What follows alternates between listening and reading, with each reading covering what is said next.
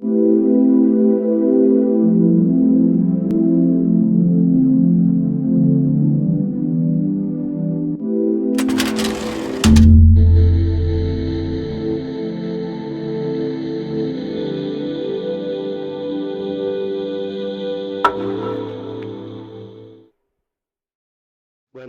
pues muy buenos días y gracias a la invitación del Departamento de la Dirección de Enseñanza del Instituto Nacional de Psiquiatría, pues para poder platicar el día de hoy de este modelo de reducción de daños.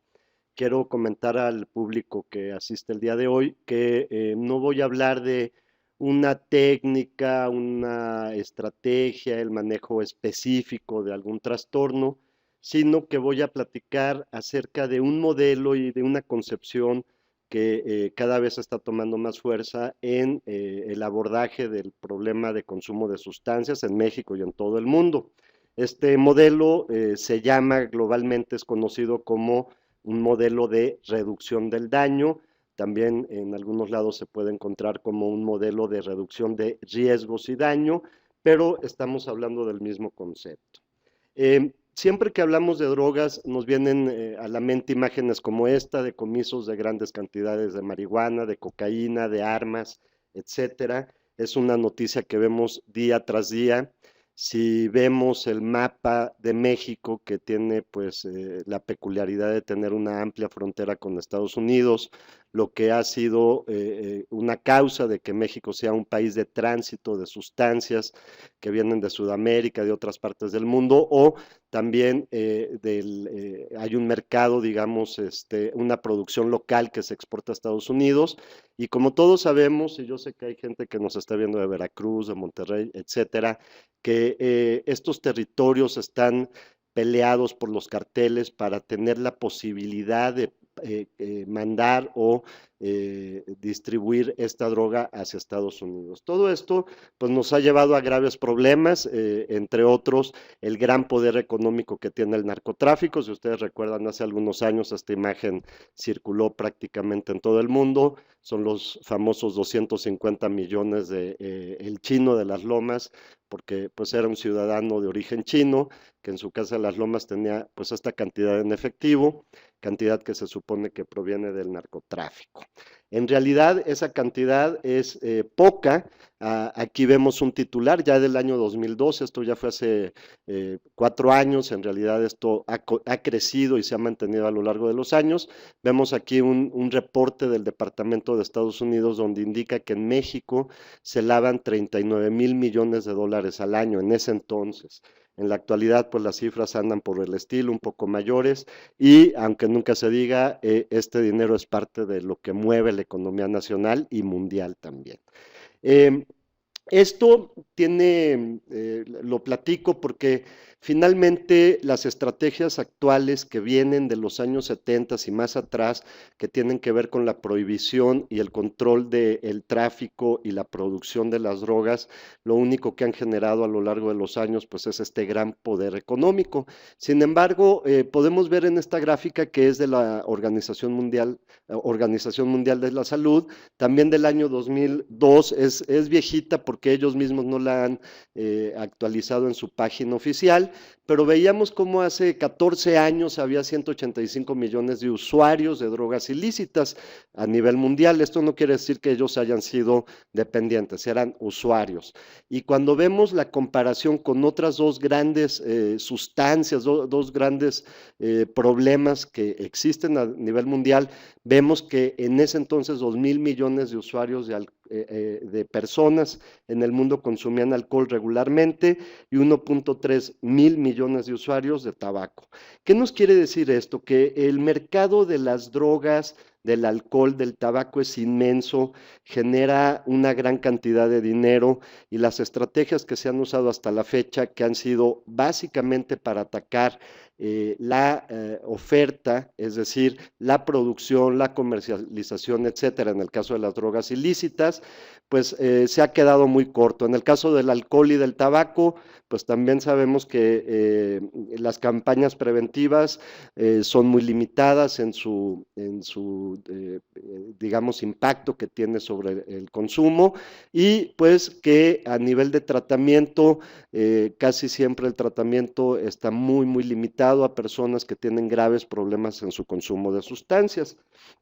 El día de hoy, eso era solo una introducción, vamos a ver algunos conceptos, la definición de reducción del daño, estrategias de reducción del daño en varias drogas intravenosas, bebidas alcohólicas, tabaquismo y drogas sintéticas, por poner un ejemplo. Como les decía, no es que sean estrategias específicas que ustedes vayan a poder implementar en su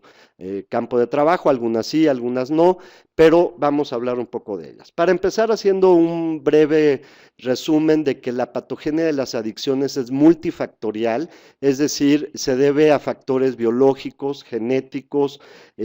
también existe una gran comorbilidad con los trastornos psiquiátricos, el género masculino también se encuentra más afectado por una diversidad de razones, metabólicas, cerebrales, etcétera, etcétera, pero este es el área de la biología, de la genética, que tiene un fuerte impacto en el desarrollo de las adicciones. Luego tenemos el medio ambiente, en donde se han descrito infinidad de factores medioambientales que contribuyen al desarrollo de las adicciones. Aquí solo señalo algunos, como por ejemplo haber crecido en un hogar caótico, haber sufrido abuso sexual, físico, psicológico en la infancia, el uso parental y la actitud hacia las drogas, que cada vez es también mucho más abierto, la influencia de los pares, la actitud de la comunidad, el bajo rendimiento escolar, y aquí podríamos agregar muchas otras situaciones específicas, por ejemplo, de entornos laborales muy concretos, o de comunidades muy concretas, etcétera, etcétera. De hecho, yo algo que estaba pensando recientemente, que los que nos dedicamos a adicciones, que ya llevamos algunos años en esto, pues estamos viendo una transición demográfica en la población que nosotros atendemos. Ahora cada vez más la población es de millennials, así como se le ha llamado a esta generación nacida entre los fines o mediados de los años 90 y la fecha actual. Pues es una población que todo lo va y lo consulta en internet, tienen mucho acceso a información, y entonces si uno simplemente le dice a estos jóvenes, oye, la marihuana es muy mala y te puede dañar el cerebro, pues ellos inmediatamente van, lo consultan en Google y pueden decirte y darte muchos argumentos muy específicos. Mira, eso depende de la cantidad de marihuana que fumes o la potencia de tetrahidrocannabinol, etcétera. Entonces, este factor social, medioambiental, definitivamente es muy diferente al que veíamos en el siglo pasado, incluso el que veíamos pues no tan lejano en el año 2000 y en esas épocas. Bueno, otro de los factores que tienen que ver con el desarrollo de las adicciones es la sustancia en sí misma, en donde varias características de ella, como qué ruta es la preferida de administración. El efecto es muy diferente si se administra, por ejemplo, intravenosamente que inhalada o fumada. El efecto específico que tiene cada sustancia,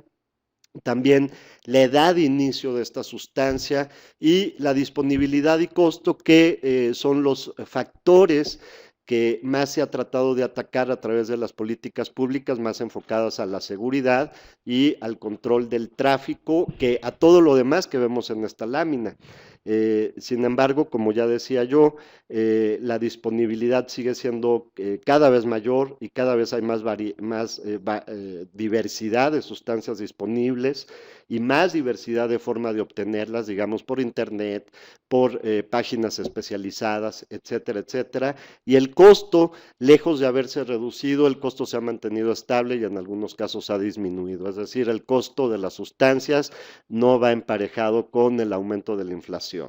Finalmente, todos estos componentes biológicos, medioambientales y la sustancia en sí misma van a interactuar a través de mecanismos cerebrales muy específicos y van a dar como resultado, en algunos casos, lo que llamamos adicción.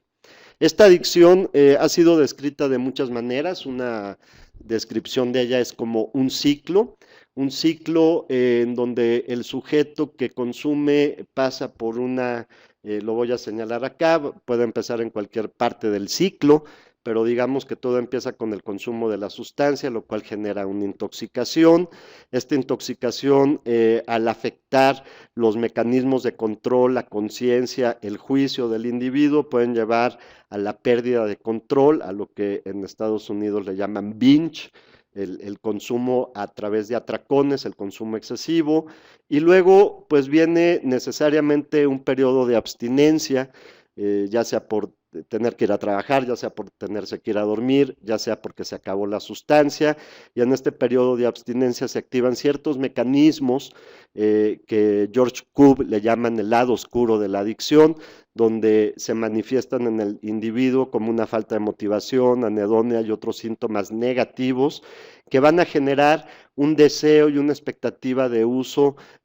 con un sesgo en la atención, siempre recordando la parte positiva, no la negativa de las consecuencias del uso. Esto se llama apetencia, craving en inglés, y nos lleva al ciclo de volver a consumir, volver a tener atracones, volver a tener abstinencia, y este ciclo que yo en lo personal le llamo el cuento de nunca acabar, pues es como el patrón habitual que conocemos en los pacientes adictos con trastornos por uso de sustancias.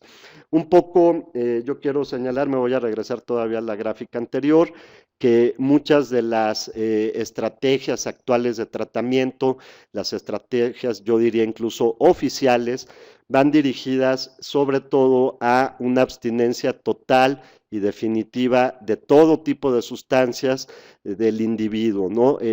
Como ya lo platicaré a lo largo de la plática de esta clase, pues realmente este objetivo es poco es ideal, ese es un objetivo desde luego ideal, pero es poco fácil de llevar a cabo. Los individuos, como vamos a ver en la gráfica que sigue, realmente las características que tiene el uso de sustancias son un consumo cíclico, un consumo que pasa por periodos de no uso y periodos de sí uso, y esto nos lleva a lo que conocemos como adicción. En esta gráfica yo señalo que el consumo de sustancias tiene una historia natural como cualquier otra enfermedad. Debemos de entender que el tema de uso de sustancias no implica necesariamente una adicción, o por lo menos que desde el inicio a eso se le pueda llamar una adicción. Ese es uno de los, ¿cómo podríamos decir?, conceptos populares que se han difundido mucho a lo largo de los años. El que consume sustancias es sinónimo de adicto. En realidad no es así, sino que el consumo de sustancias tiene todo un continuum, una escala que va desde el no uso, y debemos de entender que, por ejemplo, salvo el alcohol, la mayor parte de la gente no usa sustancias adictivas, incluyendo el tabaco, no todo el mundo fuma tabaco, y que en algún momento surge el primer peldaño de este escalón, de esta escala, que es el uso inicial. ¿Por qué se usa inicialmente una sustancia? Esta es una pregunta que siempre nos debemos de hacer. Se usa por curiosidad, se usa por imitación, se usa porque es lo tradicional en esta comunidad o en este grupo social, se usa en algunos casos, yo también lo veo así, como un rito de paso, para ya decir que soy adulto, ya soy una persona que puedo tomar mis decisiones, etcétera. Hay muchas razones por las que la gente usa inicialmente una sustancia. No todos continúan usándola, una parte, una proporción es la que pasa al siguiente escalón que vemos aquí, que le llama, por lo menos esta autora le llama uso social, y es cuando el consumo se da en ciertas circunstancias de una manera limitada, en este contexto social. Hasta acá no podemos decir que todavía haya un problema o la persona no lo percibe como un problema. Luego, algunas personas continúan en el siguiente escalón que se llama uso habitual, en donde ya se busca de una manera dirigida tener más contacto con la sustancia, ya sea que me empiece a relacionar con gente que le gusta esta misma sustancia, o empiece a frecuentar lugares, sitios de reunión donde se acostumbre a usar esta tal sustancia. Todavía hasta aquí podríamos llamarle la parte preclínica, donde es difícil que la gente busque ayuda en estos niveles, salvo que hubiera algún incidente que se puede dar en estos tres niveles iniciales, como por ejemplo la sobredosis o usar mezclas de sustancias sin conocer sus efectos y que puede llevar a estados de intoxicación aguda, aunque el sujeto no tenga un uso compulsivo o una adicción. Si continuamos en la escala, podemos ver que el siguiente escalón, esta autora le llama abuso. Por definición y de acuerdo a algunas clasificaciones, abuso quiere decir cuando ya haya algún problema asociado al consumo. Puede ser un problema de salud, puede ser un problema social, puede ser un problema académico, etcétera, pero es cuando ya hay un abuso. Puede ser que todavía el individuo tenga un cierto nivel de control del consumo de la sustancia, que no lo haga todo el tiempo, que no siempre tenga problemas, pero ya en diversas ocasiones, perdón, se adelantó, va a presentar algún tema. Y finalmente, en esta escala, vemos que el uso compulsivo, algo que podríamos equiparar a lo que conocemos como adicción, es el peldaño mayor de este desarrollo de la adicción, donde el sujeto, como veíamos en el ciclo que puse en unas láminas previas, ya no tiene control, pasa de un ciclo de intoxicación, atracón, síndrome de abstinencia, apetencia, y no sale de ahí, salvo que por algunas circunstancias que pueden ser voluntarias o a veces involuntarias, como ser anexado, deja de usar y de acuerdo a esta gráfica y de acuerdo a lo que yo les puedo decir en mi experiencia clínica, el patrón habitual es un patrón crónico que oscila entre las recaídas, el uso controlado y el no uso. Entonces, las adicciones es un fenómeno que se da solo después de un cierto periodo de uso, de haber estado consumiendo de acuerdo a un patrón a lo largo de tiempo y nos lleva a este nivel. ¿Por qué señalo esto y le doy este espacio a esta gráfica? Porque todas las estrategias que usamos habitualmente en el manejo de adicciones y también la mayor parte de los centros y organismos dedicados a la atención se enfocan a los pacientes que están en el último peldaño, en el uso compulsivo, donde, bueno, pues sí es prudente y es un objetivo ideal la abstinencia total y definitiva de todo tipo de drogas. Sin embargo, como podemos ver, hay toda una serie de niveles de consumo de sustancias para los cuales realmente no estamos preparados, no tenemos los servicios indicados para ellos y es donde, sobre todo en los primeros 4 peldaños, donde se pueden aplicar las estrategias de reducción del daño.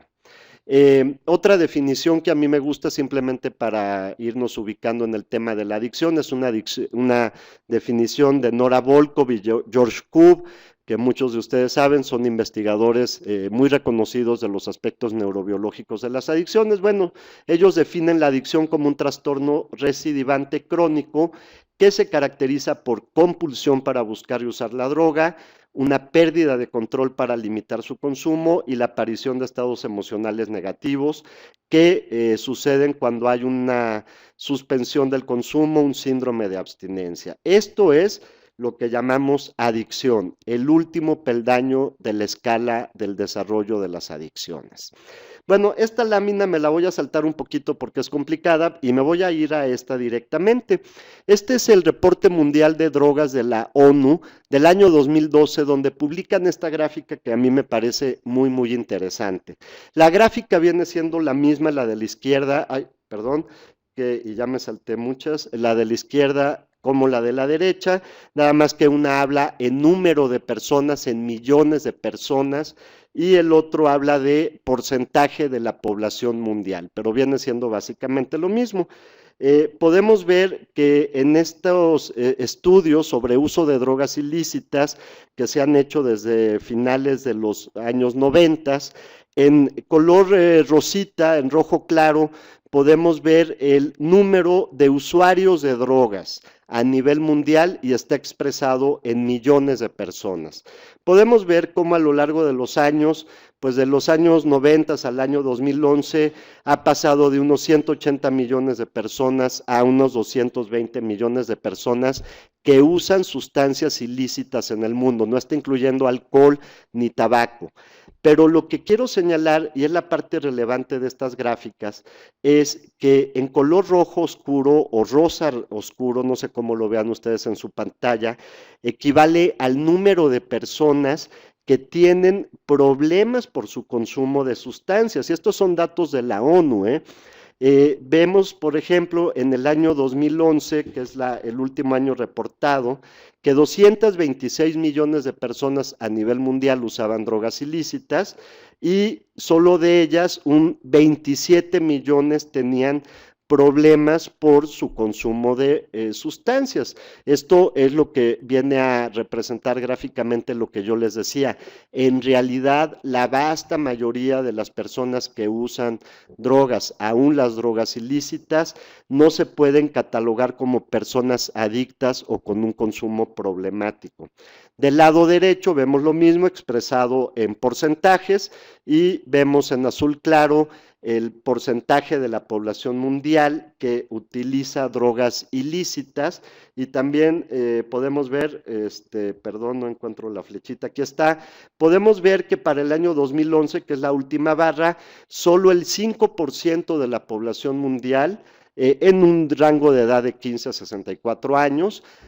reportaba uso de sustancias ilícitas. Esto es totalmente desproporcionado con las ganancias que tiene el narco por la venta de esas sustancias ilícitas. Ya lo veíamos hace rato, los miles de millones de dólares que se mueven por ese tipo de ventas que se encuentran la mayoría en este nivel de consumo no problemático, y vemos en la gráfica que solo el 0.9% en el año 2011 de la población mundial tenía problemas por su uso de sustancias. Insisto, estas gráficas nos hablan de pues que lo que nosotros habitualmente entendemos o lo que la población en general ubica alrededor del consumo de sustancias, pues es totalmente equívoco, ¿no?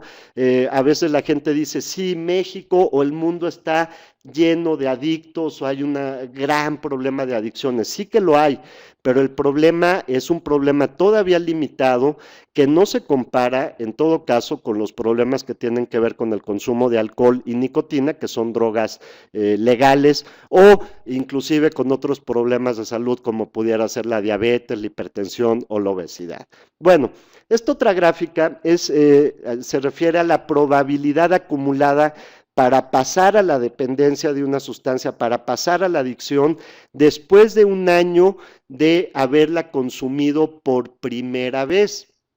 Es decir, ¿qué pasa? En amarillo es un año, en azul es 10 años y en rojo es toda la vida. Los voy a explicar aquí brevemente. En el primer segmento vemos el caso de la nicotina. La nicotina, si la vemos en la gráfica que ya me pasé, si vemos qué tanto porcentaje de personas se vuelven dependientes en el primer año de haber iniciado el consumo de nicotina, pues vemos que es un porcentaje pequeño que oscila entre el 2%, 3%.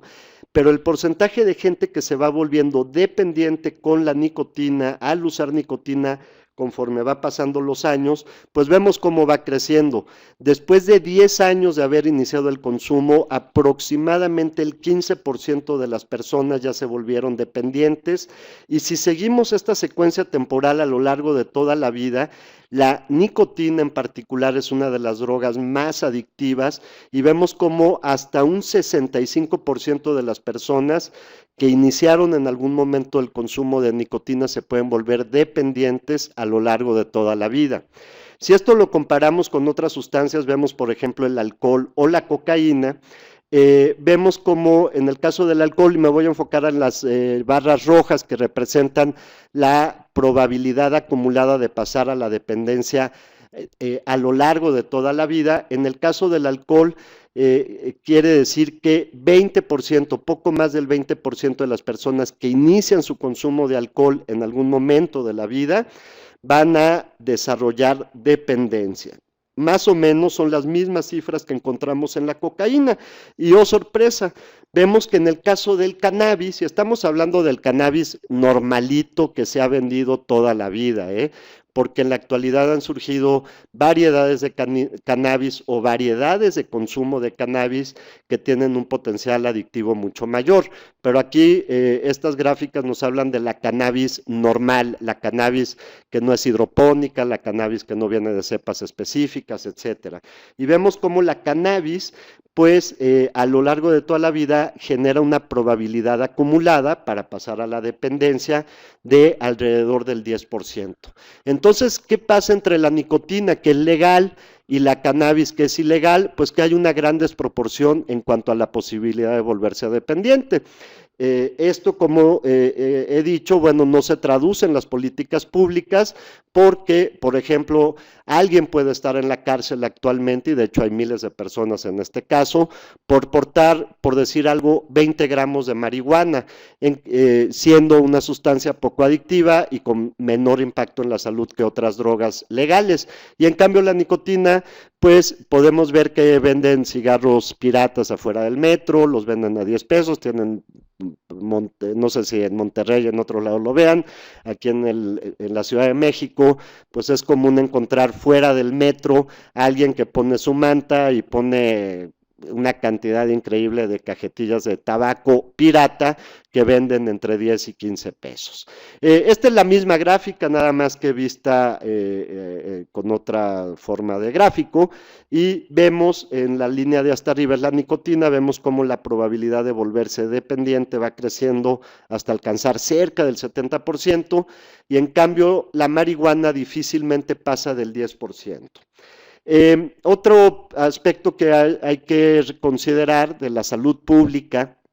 es esta gráfica que nos habla acerca de la carga de enfermedad y discapacidad. También es un reporte de la ONU donde habla como factores individuales, es decir, no asociados a otros factores, sino como factores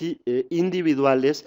cuáles producen un mayor efecto sobre la carga de enfermedad y la discapacidad a nivel mundial. Encontramos que el número 1, curiosamente, es la presión elevada. Pero en segundo nivel tenemos el consumo de tabaco como factor individual, y en tercer lugar el uso de alcohol. Es decir, son dos factores que, por ejemplo, tendríamos una gran posibilidad de intervenir en ellos, ya que pues son sustancias recreativas que la gente usa, pues no de manera obligatoria, sino de manera voluntaria, pero que su uso implica una gran cantidad de problemas. En cambio, vemos casi hasta abajo de esta gráfica cómo el uso de drogas a nivel mundial tiene un impacto mucho menor en el desarrollo de enfermedad y de discapacidad, ¿no? Vamos a continuar con la definición de lo que es la reducción del daños, y vamos a hablar primero de algunos antecedentes. Este tema de la reducción de daños no es nada nuevo. En realidad tenemos, ya vemos en esta gráfica que desde principios del siglo XX en Estados Unidos ya existían ciertas estrategias. En aquel entonces ya había un problema de consumo de morfina en Estados Unidos, de opiáceos, y ya se planteaba estrategias donde los pacientes que tenían esta dependencia podían acudir a clínicas del gobierno, a servicios gubernamentales, a recibir la morfina. O sea, no es ninguna novedad algunos de los planteamientos que se están haciendo actualmente en el primer mundo. En 1926, en Gran Bretaña, el gobierno concluye que es necesario la prescripción de opiáceos a adictos a la heroína para mantener la normalidad a nivel de salud pública, seguridad pública, etcétera, etcétera. En los años 60 surge un concepto que es el del consumo moderado como una alternativa, a los tratamientos basados en la abstinencia para usuarios de alcohol. Aquí hago un paréntesis. Con el surgimiento de AA en los años 30, el modelo de Alcohólicos Anónimos que promueve la abstinencia total y definitiva había sido hasta ese entonces el modelo hegemónico de tratamiento, y cuando alguien acudía a algún lugar a buscar ayuda o iba con algún profesional o acudía a estos grupos de autoayuda, el concepto era: tú debes de dejar de consumir todo y para siempre, con la curiosa excepción del tabaco, ¿no? Hasta la fecha los grupos de AA siguen promoviendo la abstinencia de todo tipo de sustancias, menos del tabaco, lo cual también nos habla del relativismo que hay en relación al tratamiento de sustancias. Bueno, en los 60 surgen, sobre todo del área de la psicología, con Gordon Marlatt, con Bandura, etcétera, estrategias cognitivas y conductuales que ya el objetivo no era la abstinencia total y definitiva, sino era lograr un consumo moderado, y esto se puede incluir en lo que llamamos estrategias de reducción de daños. A partir de los 60 también surgen colectivos de usuarios, es decir, donde los mismos consumidores de sustancias empiezan a hacer colectivos u organizaciones para que entre ellos mismos se apoyen con información y con algunas estrategias para evitar los daños asociados al uso de LSD, cannabis, anfetaminas y solventes. Bueno, el tema de la reducción de daños realmente vuelve a tomar un gran auge y un gran ímpetu y un gran interés en la comunidad científica a partir del inicio de los años 80 con la aparición de la epidemia de VIH. ¿Por qué? Porque uno de los primeros grupos que se encontró que tenían una alta vulnerabilidad a la infección por VIH fue el de usuarios de drogas intravenosas, que en aquel entonces pues básicamente se limitaba a usuarios de heroína intravenosa, ¿no? Ya que se identifica esta población de riesgo, se empiezan a identificar estrategias para evitar el contagio en esta población específica, y es así como en Inglaterra, aunque en realidad previamente había surgido en Holanda, empiezan a utilizar un concepto de reducción de daños a través de varias estrategias que tienen que ver con la inyección en sí misma. En la gráfica podemos ver cómo la práctica de reducción de daños es muy amplia en realidad y no abarca una sola estrategia. Va desde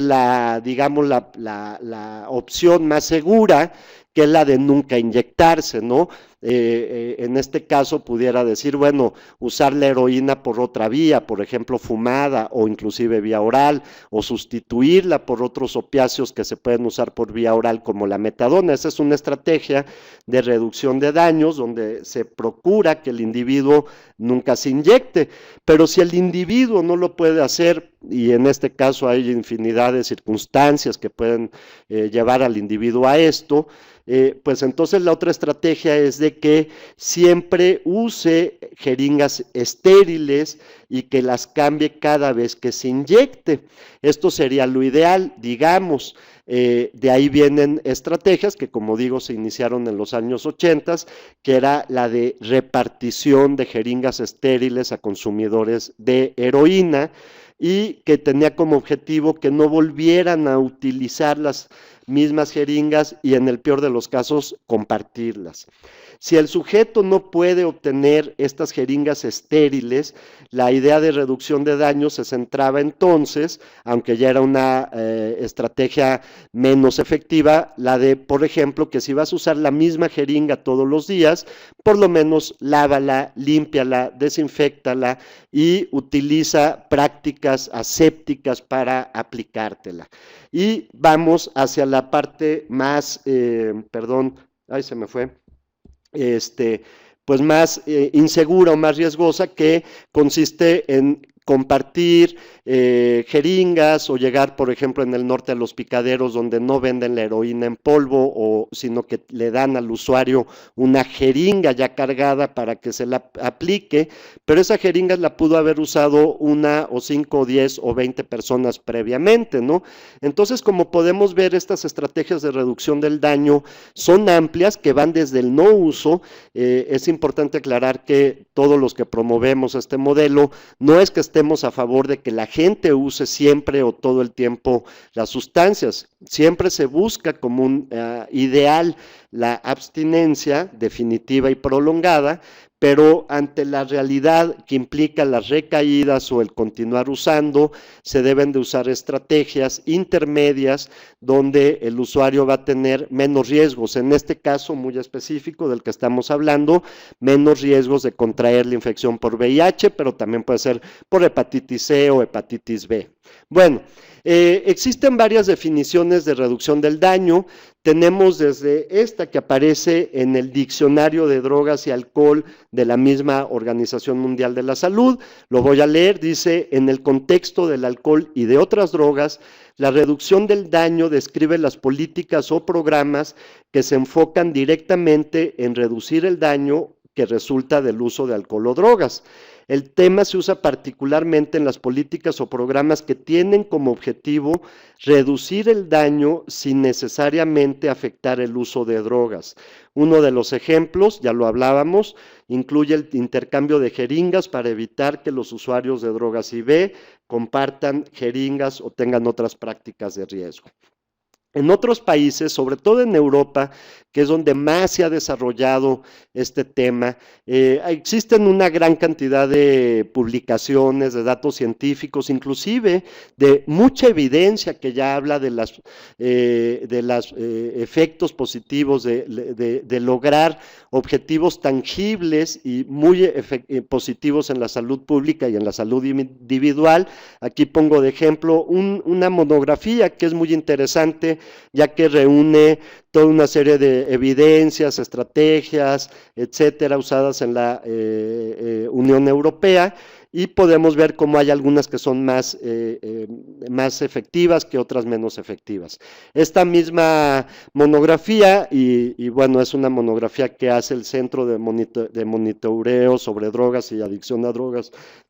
de Europa, define el término de reducción al daño como a políticas, programas y prácticas que están dirigidas a reducir las consecuencias adversas de salud, consecuencias sociales y económicas que tienen que ver con el uso de drogas psicoactivas legales e ilegales y que están basadas en un fuerte compromiso con la salud pública y con los derechos humanos. Esto también es importante destacarlo porque una de las prácticas acá en México para el manejo de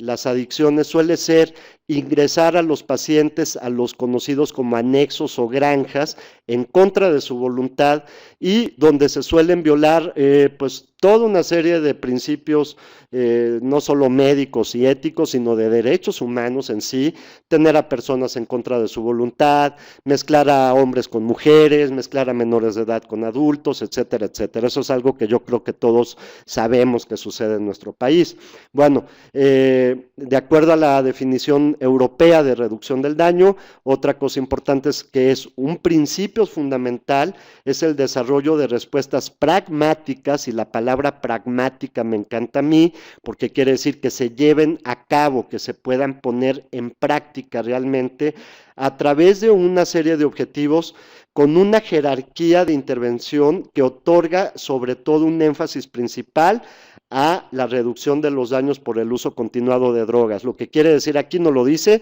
pero implícitamente es que debemos de quitar como en el primer nivel de la jerarquía de intervención las intervenciones policíacas o de seguridad pública que van enfocadas a la reducción de la oferta y, como señalaba muy al principio, lo único que han generado es el gran negocio del narcotráfico. Ese enfoque se debe de cambiar y, de hecho, muchos de ustedes lo saben, en la última reunión de la Asamblea General de las Naciones Unidas se promueve ya un giro total de cambiar de la llamada guerra contra las drogas a una política de tratamiento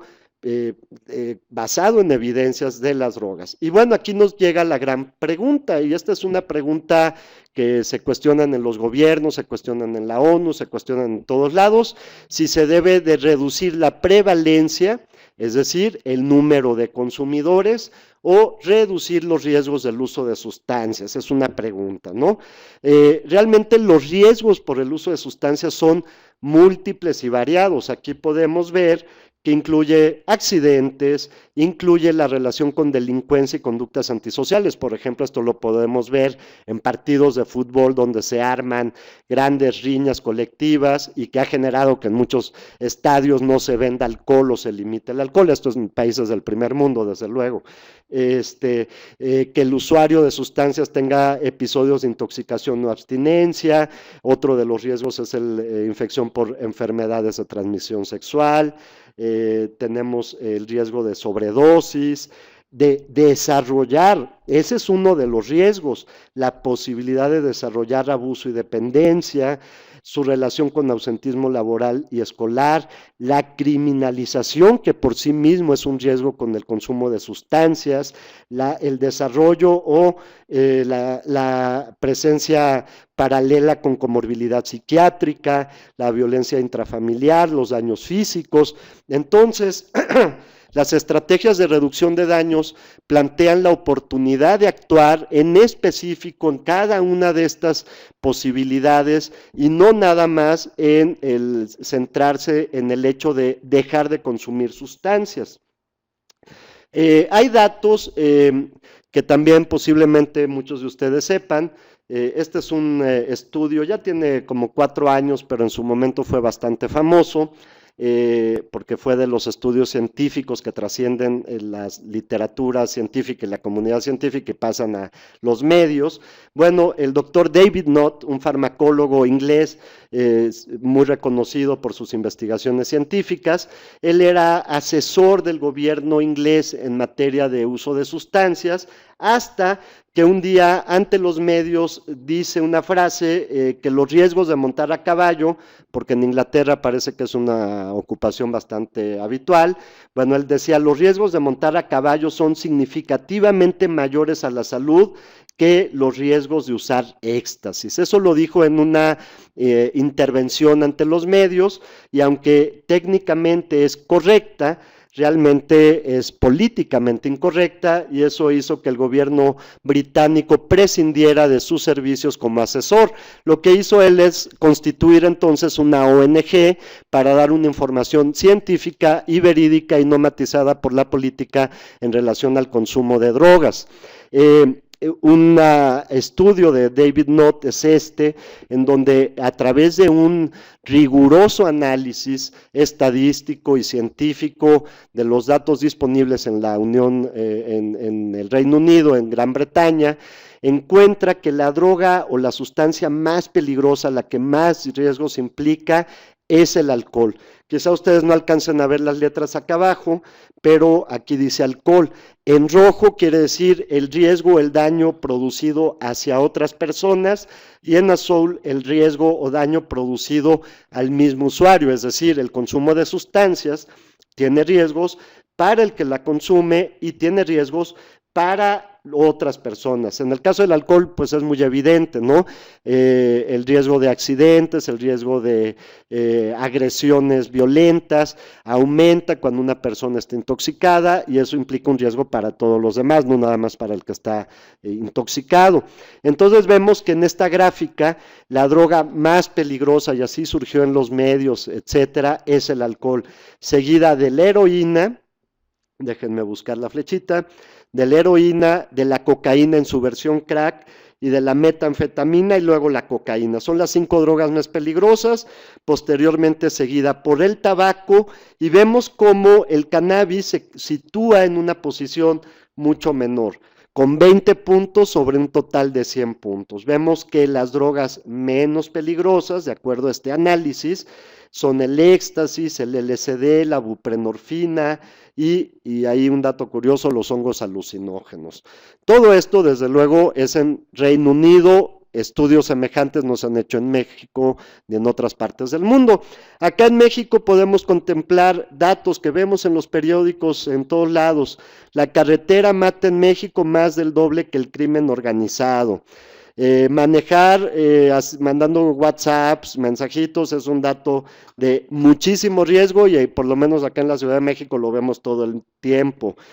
Acá otra nota, cada año en México mueren alrededor de 2,200 niños por accidentes viales o atropellados o a bordo de vehículos en movimiento, y desde luego que debe ser una cantidad mucho mayor de la de niños que hayan muerto por estar consumiendo alguna sustancia. Entonces, ¿cuál es el riesgo? Pues realmente el riesgo es relativo, ¿no? Hay una serie de prácticas, situaciones que implican un gran riesgo para la salud, pero no tienen este impacto mediático como puede tener el ser adicto, el que la gente consume una sustancia, etcétera, etcétera.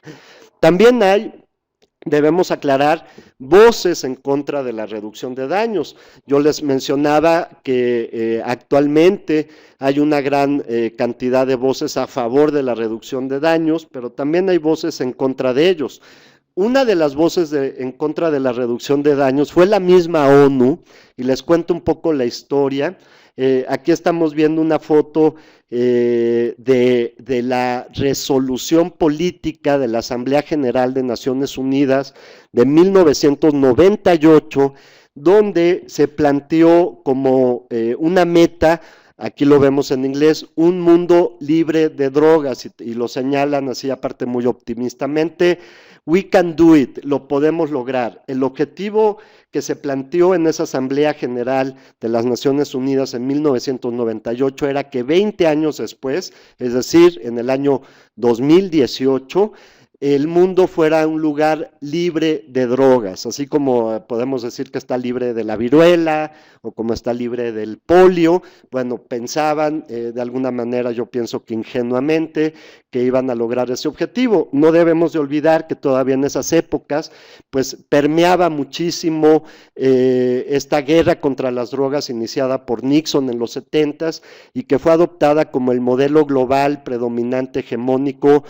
por organismos internacionales, por los gobiernos de los países, etcétera, etcétera. Y eso, pues tampoco no es necesario ser un experto para ver que a 2 años de que se cumpla el plazo, estamos muy, muy, muy lejos de haberlo realizado. En realidad lo que hemos visto en los últimos 20 años no es un crecimiento impactante, así que digamos que ahora todo el mundo es adicto, ya vimos las estadísticas, pero sí hemos visto que el número de consumidores de sustancias ha aumentado, de gente que no llega a ser adicta, pero que sí las prueba, sobre todo en este ámbito recreativo. Hemos visto a lo largo de los últimos años el desarrollo de una gran cantidad, por ejemplo, de drogas sintéticas que no existían en aquel entonces o que estaban muy limitadas en su uso, etcétera, ¿no?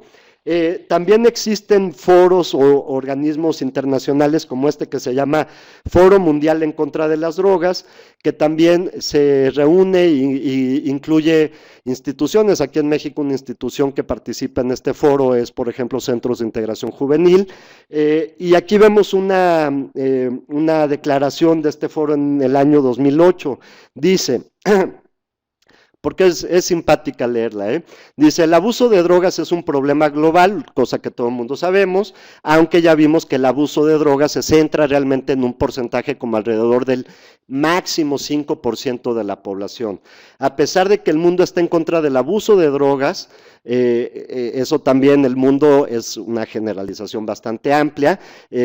Dice, a pesar de que el mundo está en contra del abuso de drogas, algunas organizaciones y gobiernos locales apoyan activamente la legalización de las drogas y promueven políticas tales como la reducción del daño, entre comillas, que aceptan el uso de drogas y no ayudan a los usuarios de drogas a estar libre de ellas. Esto debilita los esfuerzos internacionales para limitar la disponibilidad y la demanda de las drogas. La reducción del daño es con frecuencia otra palabra para legalizar la marihuana o se refiere a otros esfuerzos inapropiados de relajación de las leyes, una política que viola las convenciones de la ONU, cierto, porque esas convenciones de la ONU, bueno, fueron generadas por una gran presión de Estados Unidos que manejaban, y ya no lo manejan, este concepto de la abstinencia total, la temperancia, la sobriedad, etcétera. Y dice el Foro Mundial contra las Drogas, no puede haber otro objetivo que un mundo libre de drogas, y señala, ese objetivo no es utópico ni imposible. Entonces, como podemos ver, hay una divergencia impresionante acerca del punto de vista de esto del consumo de drogas, ¿no? Yo lo compararía casi con el punto de vista divergente que puede haber acerca de usar anticonceptivos para el control prenatal, inclusive en adolescentes, o abogar por la abstinencia sexual hasta que la persona esté casada, obviamente por la iglesia y las leyes civiles, para que puedan procrear. O sea, suena lindo y suena bonito, pero sabemos que existe el sexo entre adolescentes, sabemos que existe el embarazo entre adolescentes y sabemos que existe el consumo de sustancias como una manera recreativa o una manera social que es aceptada por mucha gente y mucha parte de la sociedad en todo el mundo. Las políticas actuales, que siguen siendo políticas prohibicionistas y también políticas enfocadas a la abstinencia total y definitiva de todas las drogas, tienen sus problemas. La misma Comisión Europea, que es el órgano de gobierno mayor de la Unión Europea, dice en esta declaración que de acuerdo a estudios realizados por ellos, en el mercado global de sustancias ilícitas,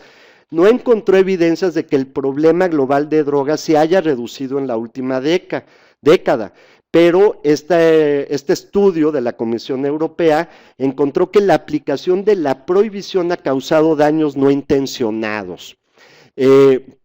También podemos ver incluso ya la misma ONU, aquí en un reporte del año 2009, ya empieza a cambiar su punto de vista y en un documento que se llama un siglo del control internacional de las drogas, la ONU dice esto: la salud pública es el primer principio de control de drogas.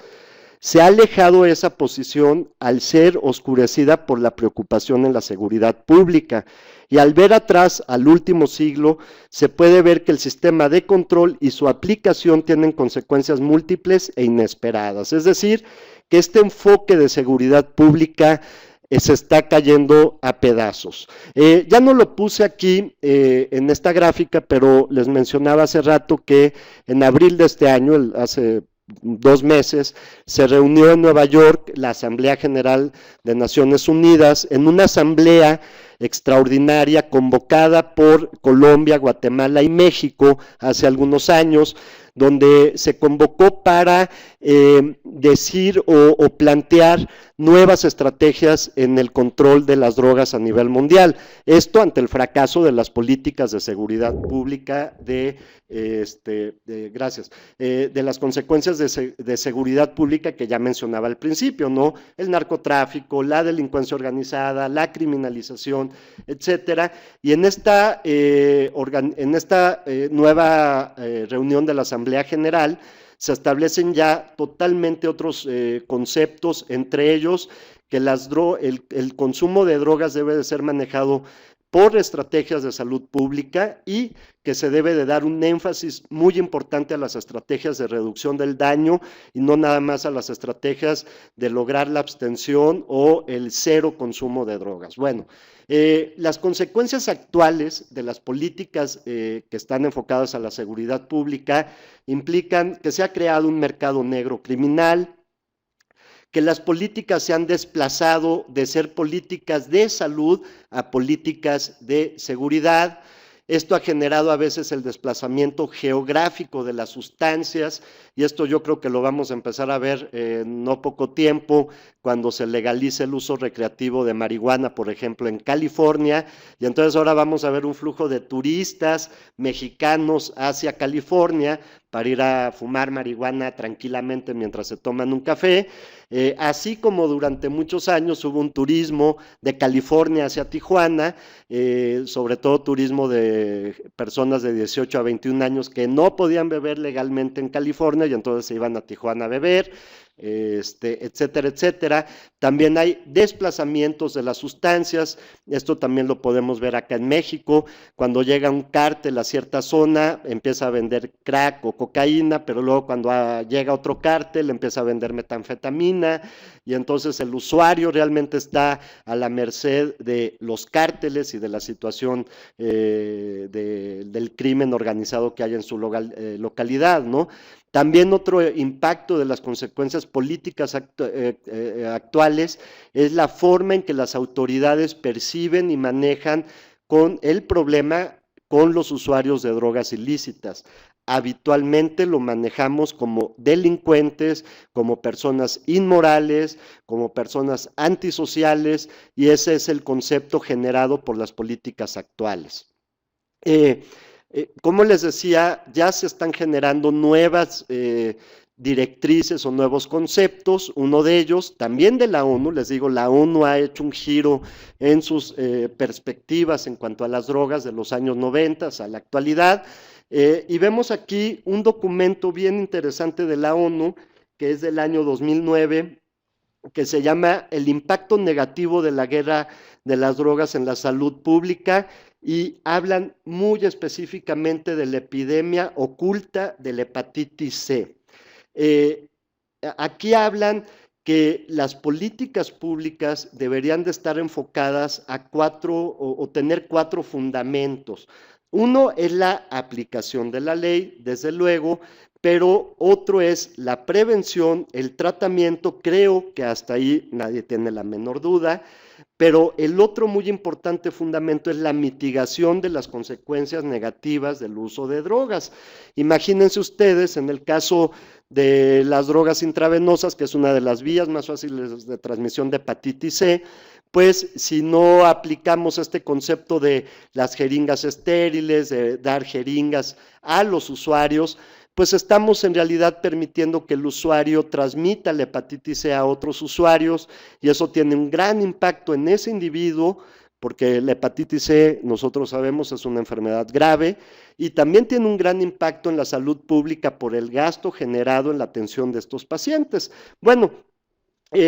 la reducción del daño es entonces, y como se dan cuenta, hasta ahorita todo ha sido conceptos, no hemos hablado de una estrategia muy específica en realidad,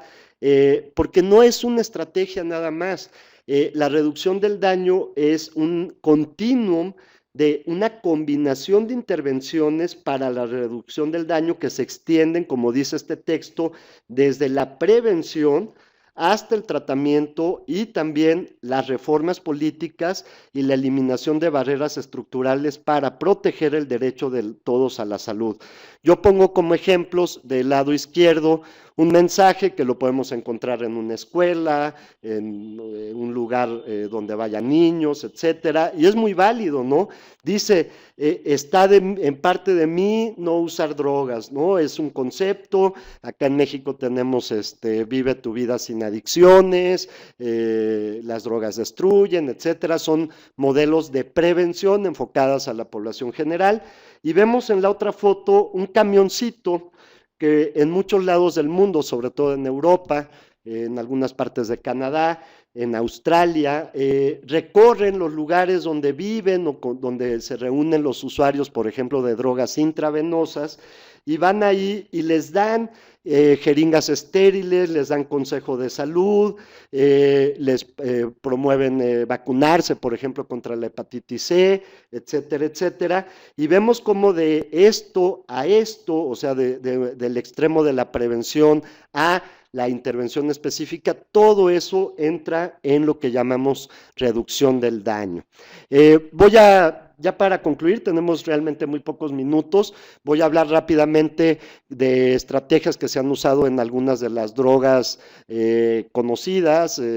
por ejemplo, en la heroína, pues una de las intervenciones son intercambio de jeringas, tú me das tus jeringas viejas, yo te doy jeringas nuevas, la sustitución de opiáceos, que son los programas de metadona, que acá en México están totalmente limitados a 14 clínicas, 15 clínicas a nivel nacional. Ofrecerles a los usuarios de drogas intravenosas pruebas de VIH, hepatitis C, ofrecerles terapia antirretroviral,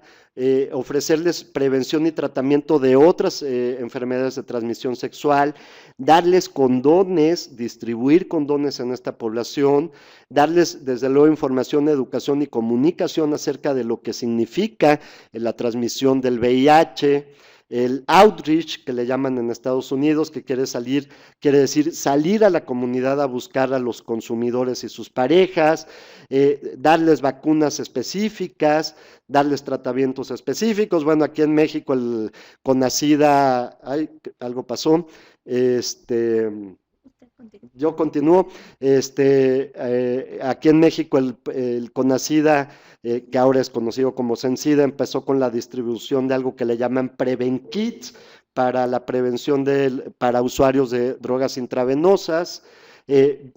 También debo de aclarar que en el caso de las drogas intravenosas, en la Conferencia Internacional sobre SIDA del año 2010 en Viena, ahí hay una declaración política de esta conferencia que se llama la Declaración de Viena, donde también habla del mismo tema de reducción de daños, y por cuestiones de tiempo no la voy a leer toda, pero simplemente voy a leer el primer párrafo que dice: la criminalización de los usuarios de drogas ilegales está alimentando la epidemia de VIH y ha dado como resultado consecuencias negativas abrumadoras en la salud y en la sociedad. Aquí vemos otro concepto de esto de la reducción de daños. Del lado izquierdo podríamos ver un lugar donde podría ser Tijuana, podría ser Mexicali, podría ser muchas partes del mundo, Madrid, etcétera, donde la gente se va y se inyecta drogas, a estos lugares que les llaman narcosalas. En Vancouver, por ejemplo, está esta en particular, que es un modelo muy famoso en Vancouver, donde la gente va y se le proporcionan jeringas, se le proporciona un espacio digno y un espacio higiénico para poderse inyectar. Y vemos aquí la misma sala, pero ya con personas, van, se inyectan y aparte al mismo tiempo reciben consejo en salud, reciben vacunas, reciben algún otro tipo de apoyo. Y algo que no se menciona de este tipo de modelos, el de Vancouver en particular se llama Insight, es que existe paralelamente el tratamiento con metadona o de desintoxicación total para el usuario que así lo decida, ¿no? Este es el Prevenkits que repartió CENSIDA hace algunos años. Desafortunadamente pues solo daban una jeringa por Prevenkit, un condón, una torunda y un folletito sobre el tema, pero bueno, una jeringa para un usuario de heroína no le dura nada, ¿no? Imagínense que un usuario de heroína se puede aplicar 5, 10, 15 veces heroína al día, ¿no? Esta me la voy a saltar. Otros modelos de reducción de daños en bebidas alcohólicas, por ejemplo, tenemos el caso de evitar los atracones, que es una práctica común entre los jóvenes, etcétera, que pueden llevar a consecuencias como graves intoxicaciones o accidentes. Entonces, se han usado, por ejemplo, estrategias como el alcoholímetro, ¿no? Aquí pongo una foto que yo mismo tomé de una tienda de conveniencia, no digo nombres para no hacer comercial, pero fíjense, por ejemplo, lo que anuncia esta tienda de conveniencia. No sé si todos en el público sepan qué es el cosaco, he ido a algunos foros donde no saben qué es. Bueno, el cosaco es una bebida que contiene alcohol y algún refresco, pero es una bebida alcohólica y podemos ver cómo se vende como bebida, como si fuera un refresco, ¿no? Si uno ve el empaque, pues parece refresco de menta, refresco de cola, etcétera. Y incluso se vende, lleve 2 cosacos a precio de 1,5, son cosacos de 3 litros, me parece, cada uno. Ese tipo de prácticas son totalmente contrarias a la salud pública y son prácticas comerciales vigentes que hacen pues que los jóvenes vayan, se compren su 2 por 1,5 y se lo tomen como si fuera refresco, ¿no? Aquí no cuenta de que, ay, mira, es de la cepa tal, es una uva merlot, de tal año, etcétera, ¿no? Que es cuando uno dice, bueno, el alcohol tiene ciertas cualidades gustativas, que hacen que sea un producto cada vez pues más cotizado. No, acá no, es un alcohol barato, industrial, comercial, y que el objetivo básicamente es intoxicarse. ¿Cuáles son los daños asociados al alcohol? Accidentes, homicidios, muertes accidentales,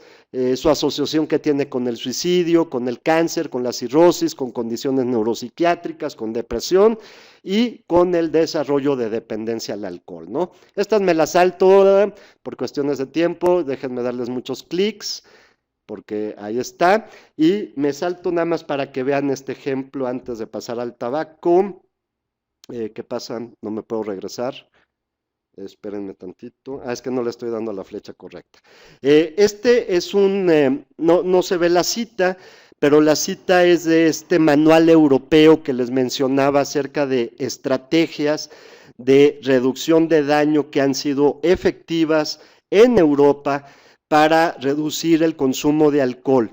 Podemos ver en una columna el grado de efectividad y también el sustento en la investigación, ¿no? Porque no nada más es decir que son efectivas, hay que tener algunos trabajos de investigación y fíjense cuáles son las estrategias de intervención relacionadas con el alcohol más efectivas. Aumentar los impuestos al alcohol, aumentar la edad mínima para compra legal, el monopolio del gobierno de las ventas al menudeo, la restricción de ventas por horas y días, restricción en la densidad de puntos de venta, es decir, no tener un Oxxo, un Super 7, un Super K en cada esquina, disminuir los límites de la concentración de alcohol en sangre permitidas, también reducir estos niveles de alcoholímetro en conductores más jóvenes y darles intervenciones breves para conductores peligrosos. Todas estas estrategias que se pueden inscribir en el ámbito de la reducción de daños han demostrado efectividad a través de evidencias en investigación. Y si vemos las de abajo, por ejemplo, estrategias que hasta ahorita, por lo menos en Europa, no se han encontrado que sean efectivas. Conductor designado, prohibiciones de publicidad, control voluntario de la publicidad por las empresas, educación sobre el alcohol en las escuelas, educación sobre alcohol en universidades públicas. Eso parece que los alumnos en las escuelas y en las universidades les entra por un oído y les sale por otro. O sea, esas no son estrategias efectivas, porque de todas maneras llegando el viernes se van a ir a beber. Las etiquetas de advertencia, acá en México la advertencia hay que buscarse una lupa para encontrar esa advertencia en las botellas de alcohol que diga el uso de este producto es peligroso para la salud. Por ejemplo, aquí en México yo siempre he dicho, las botellas de alcohol, las botellas con bebidas alcohólicas deberían de decir este producto está prohibido para mujeres embarazadas, por ejemplo, un tema que no hemos hablado hasta ahorita, pero que también entra en el ámbito de la reducción de daños. Es decir, hay estrategias que parecen muy populares, ¿no? Vamos a poner muchos espectaculares que digan que el alcohol es malo si bebes. Pero si tenemos un Oxxo en cada esquina y vendemos el cosaco al 2x1 y además somos bastante laxos en vendérselo a menores de edad o a jóvenes de 18 años, pues estamos yéndonos en el camino equivocado y es en el camino que nos hemos ido en muchos años. Estas me las voy a echar de carrerita. El tabaco también se han establecido estrategias de reducción de daños. Aquí tengo una muy interesante. Si alguien ha ido a Nueva York recientemente, pues puede ver que el costo del tabaco allá es estratosférico. Le han aumentado la cantidad de impuestos, lo cual hace que la gente consuma menos, cuidando su economía. También hay campañas y cada vez son más fuertes y yo creo que también van a llegar acá a México, donde las cajetillas de cigarros van a tener 0 logo, 0 marca comercial y van a estar empacadas en gris y solamente van a tener visibles las fotos y los mensajes de prevención, que ya los tienen ahí en una pequeña parte de la cajetilla. También en Nueva York aumentaron el consumo legal de tabaco a 21 años, que sería una medida genial en México, pero obviamente la presión de las tabacaleras va a impedir que lo hagan, porque justamente ese es su mercado ahorita donde están trabajando, ¿no? Tenemos el caso de las drogas sintéticas como las tachas, el MDMA, el éxtasis, que son estas tabletitas que vemos por acá, y que se han vuelto populares en los medios recreativos, ¿no? Aquí vemos ejemplos de fiestas electrónicas, donde el consumo de estas sustancias es la norma, no es la excepción, y acá en México sucede, aquí en la Ciudad de México, en Puerto Vallarta, en Ciudad del Carmen y en todos lados. ¿Y cuáles son los riesgos? Que son sustancias no puras, hay sobredosis, hay mezclas de sustancias, hay deshidratación por el tipo de efecto que tienen estas sustancias en el incremento de la actividad física, etcétera, ¿no? Y vemos de repente noticias, hace poco, quizá algunos vieron la noticia de que en un festival de música electrónica en Argentina murieron 5 o 6 personas en la primera noche del festival, lo cual obligó a cancelar obviamente el festival, y era porque había un exceso de gente en el local donde se establecía este festival, y pues se distribuyen drogas sintéticas de dudosa calidad, ¿no? Vemos estos anuncios como este fue en Estados Unidos, pero lo vemos en Argentina, acá en México no sé si suceda porque nunca trascienden a los medios. ¿Y qué se hace como reducción del daño? Pues en algunos países como en España, estas campañas de que prueba tu droga antes de usarla, es decir, se ponen stands normalmente de organizaciones no gubernamentales afuera del bar o afuera del antro, y con estas soluciones químicas pueden determinar si es segura o no es segura o es desconocida la sustancia que estás usando. Y como les decía, estas estrategias que son efectivas y además son muy aceptadas por los jóvenes,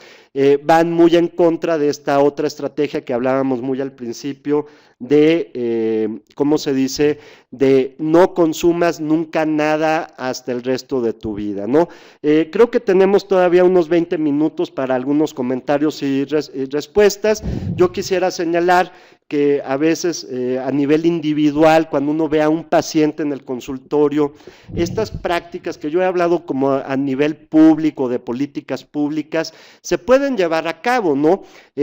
Por decir algo, recientemente algún paciente mío, joven, universitario, con un nivel educativo muy bueno y de información también, pues resulta que va a un festival electrónico y se toma 10 tachas,